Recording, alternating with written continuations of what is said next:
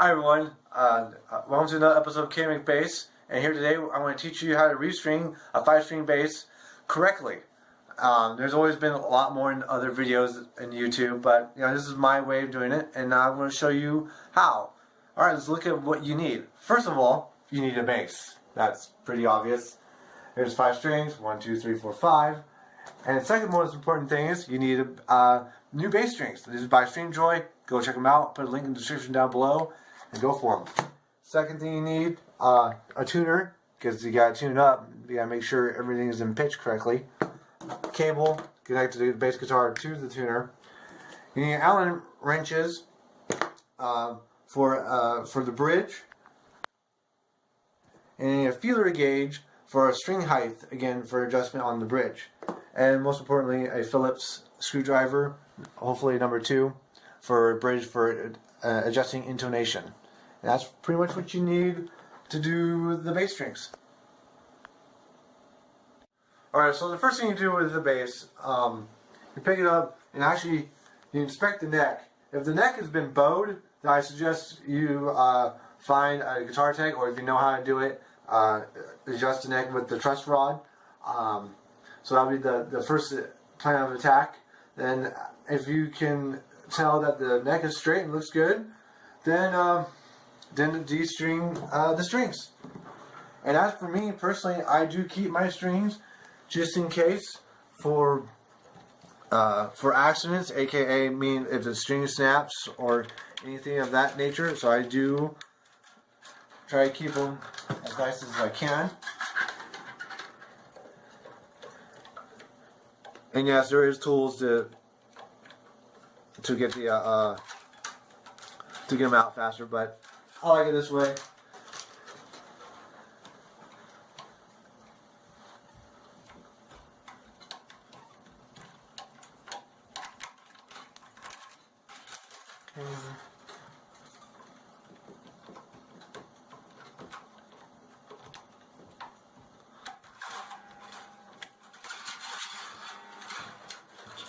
Yeah, watch out for those string trees.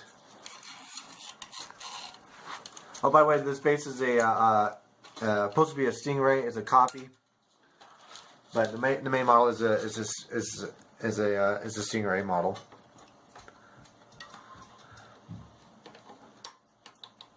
And I'll put a link in the description down below for the specs. And I highly recommend it to get these type of basses. Okay, and then the most important thing is when you do this correctly, make sure you do not want to cut your finish. I've seen way too many guys cut their finish or scratch their finish, and that's really kind of horrible. So what you do, you have to unbend your string and manhandle it a little bit, and then what you do, the real trick is just follow it and then let it out. Now the most important thing is when you do these bad boys, because you don't want to lose it, poke an eye or lose anyone, you wrap it and you go underneath, and then you do it again and do it again, and obviously one more time. Then you put it in a plastic bag and save it for just in case accident or scenarios. Alright, so we're going to install one of the bass strings. I installed the B string. There was a little bit of a problem because I have at 135. The hole at the bridge, I think I can handle at probably like 133 diameter. So my brother and I had to shoehorn it in pretty well. So we're going to take the E string, which I have at 105. Which it could easily accommodate. So what you want to do, get through the hole very nicely and gently. You don't want nothing to scratch. You go hold it all the way to the end, like that. Then you put it here, make sure your nut's good. Okay, now when you're at your peg, now this is important. Alright, you're at your peg mark, right? And you always want to go 1, 2, and then you clip here. Always go 2 pegs front from the original. And that's how you get your distance. Starting right here, So what I do on purpose, I kink and I cut right below it. So I know, and make sure you grab the end part that you know is going to go flying off. Oh, let's try it again. What's going on here?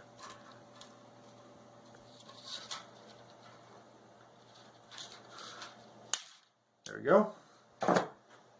Once that's done, you gotta make sure it's not combined. And what I do is that, yes, I do put them in through the hole for most secure. So I go all the way in, and I always quarter it around, and I bend it right there. And what I do manually is feed it, and I make sure I go on top. The string goes on top first, and press it down. So you always want downforce. You always want constant downforce on your strings, so it stays in tune a hell of a lot longer. And that is the name of the game, is keeping this thing in tune and staying in tune while you're doing live and or recording.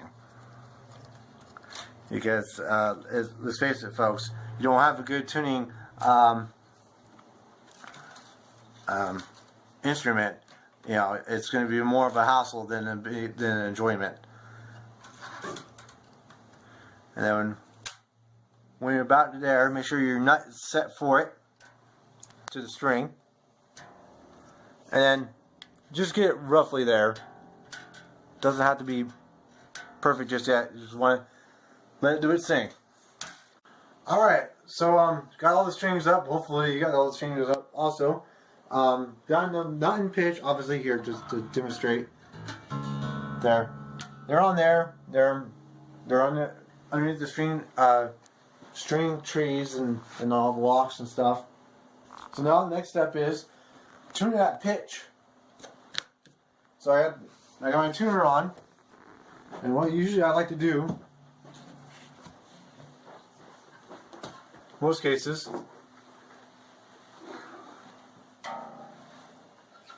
okay, that hurt like hell.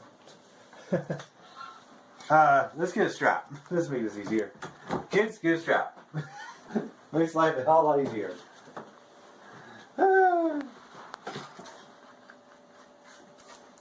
I don't know, professional musician with a strap loss, unheard of.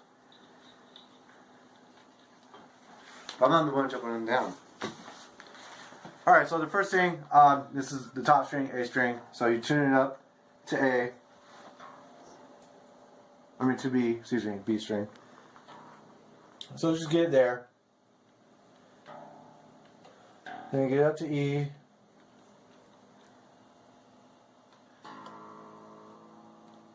Get up to A.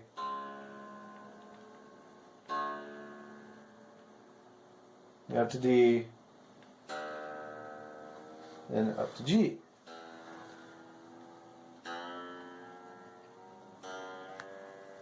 Okay. Now you're there. I want you to do is a little bit. Just pull. Pull all your strings, just a tug. Alright, now and tell them now retune it again. So it drops a little bit. So what you do, you bring it a quarter up. So how I do it, bring a quarter up, bring a quarter up. Right there. Bring quarter up again. And then bring quarter up. The reason why you're doing that, you're stretching out the strings. Then you do it again. Here, here, here, here, and here. And it should stay in pitch. Almost. See? Almost there. That's fine. You want to leave it there for just keep on tuning it until it stays in pitch. Now the next big thing is intonation. And what I mean by intonation, yes, you got this part. The open strings are in pitch. That's awesome. But the most important thing is about the bridge because you notice these little springs right here, you can adjust the bridge of the distance. So what I want to show you, like what you can do with screws, you can make it more sharp or flat, or try to get it on point on the 12th fret, which is the octave. And you want to get it as close as possible. So I'm going to do that right now. So this is in B. Okay, I go on the 12th fret. It's a bit sharp, a little sharp. I mean, it's not a full blown, but it's sharp. So that means I need to release the tension on the bridge. Then let's try it with E. And again, it's sharp. So with the B string, what I'm going to do is take a screwdriver. Remember, righty tighty, lefty loosey. So if it's sharp, go down. If it's flat, you go up. So first of all, like a real bass player, gotta find a screwdriver. That's not a screwdriver. Oh, that's in there. How did you get that out of there? Sometimes you need to use another tool. Just get to a tool. There you go. Okay. And the turns, just like the truss rod adjustment, 1/8 to 1/4. We don't want to do it too much. So it was sharp, so we have to go more flat. So about right there. Okay. Then tune it again, and then try it again. And you repeat the whole process again and again until you got the intonation right. So, then on B, that's good. Oh, we still have to go down with it.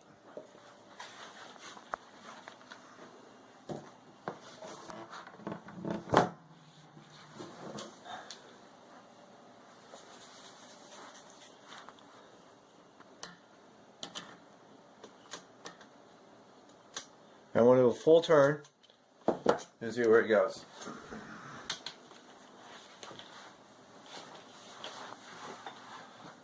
Alright. Make sure it's in pitch.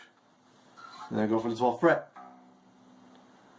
There we go. It's going down a little bit more. So yeah, that's pretty much the end of the game. If once you get that going, then leave your bass, honestly, in a good bass case, and leave it for a couple hours, and come back and just tune it again. And when I do it, usually I do it for 2 or 3 days. Just keep on tuning. That's the trick. And yeah, that's all I got for you. And that's how you put on bass strings. All right, Came Bass. See you on the next video. Bye.